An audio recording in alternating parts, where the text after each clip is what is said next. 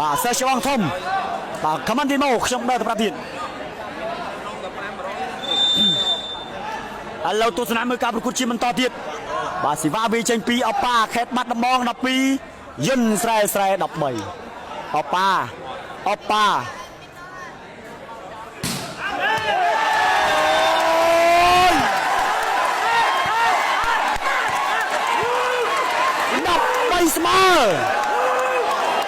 ស្មើបាត់ហើយស៊ីសវីប៉ាចង់ពីលើខ្សែមិញយន្តថាជ័យលឿនឡាអូអានវិលីវ៉ាល់ឥឡូវស្រឡាញ់ខាងណា13ស្មើហើយយន្ត13បាត់ដំបង13អូយលោកគ្រូឋានកំពុងតែដើរទៅសម្រួលបច្ចេកទេសហើយអ្នកក្រៅថយឆ្ងាយស្រឡាញ់ខាងណាមកបងប្អូនបុកឲ្យបាន30សេកបាទបន្ទូ13ស្មើហើយជួយគ្នាម្នាក់ម្នាក់ជើងបងប្អូនដែលមកក្រោយដែលមិនទៅបានសៀបាទសុំតែម្នាក់មួយក៏បានដែរបាន30សេកណាបងប្អូនបាទចំពោះការ live ផ្ទាល់នេះបាទខ្ញុំបាទគឺមានការសប្បាយចិត្តបើសិនជាបងប្អូនមកជួយ like បាទជួយ share បាទខ្ញុំបាទនឹងធ្វើការ live ជួយបងប្អូនរាល់មកព្រឹត្តិការណ៍គូពិសេសប្រចាំថ្ងៃដូចបាន live នៅខែនេះចឹងឥឡូវនេះសេវាវាចេញពីអប៉ា13ស្មើប្រឡោះណាប៉ាបោះហើយអាយ៉ាយន្តបាំងហើយប៉ាសេឲ្យ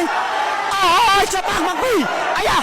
ប៉ាសេឲ្យអប៉ាមកពីនេះអប៉ា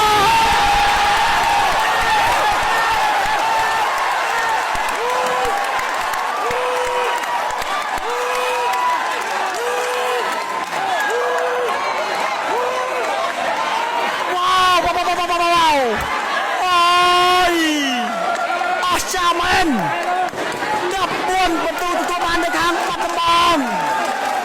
អូយចិត្តបាន30k ហើយចិត្តបាន30k ហើយស្ងាត់មើលសើច្បងធំសើច្បងនេះមូតសាយន្ត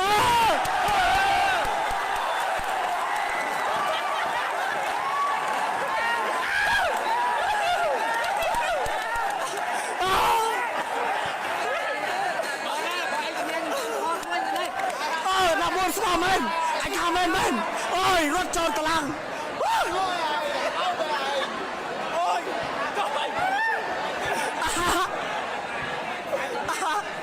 មិនណាយអើយអូយបាទអ្នកគ្រប់ត្រូលខាង4ច្រើនពេកបាទអេដមីនគ្រប់ត្រូលខាង3ម្នាក់ឯងរត់ចូលពេញតារាងបាល់អើយអូយអ្នកមើលច្រើនពេកទៅ20ហើយក៏សមត្ថរាជបាទយន្ត13 14ស្មើយន្តអាយប៉ាសេឲ្យប៉ា15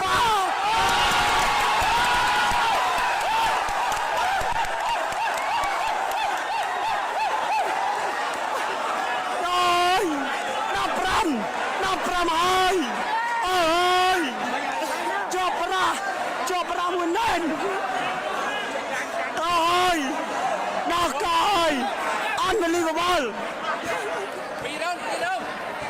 15ទៅនឹង14ស្អកកវិញទៅហើយម្នាយឲ្យ 31k អូយឱកាសផ្ដាច់លើកទី1របស់យន្ត